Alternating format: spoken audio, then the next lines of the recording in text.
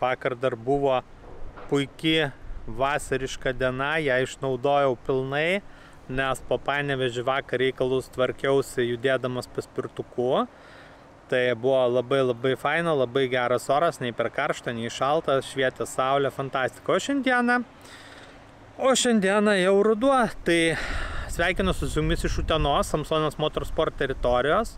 Atvykau šiandieną čionai dėl būsimo Samsonas Rally Utena, kuris vyks šių metų rugsėjo 30 spalio 1 dienomis.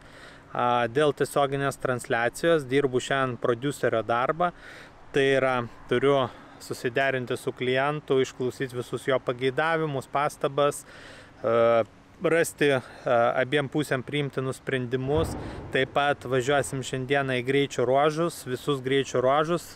Reiks nuspręsti, kuriuose vietose dirbs mūsų operatoriai, iš kurių jūs galėsite ir stebėti tiesioginę Samsonas Rally Utena 2023 transliaciją. O dar kartą priminsiu, Samsonas Rally Utena tai yra pagrindinis ralis Lietuvoje, kuris ir užbaigia ralio sezoną, visos Lietuvos ralio sezoną. Taigi, einu darbuotis.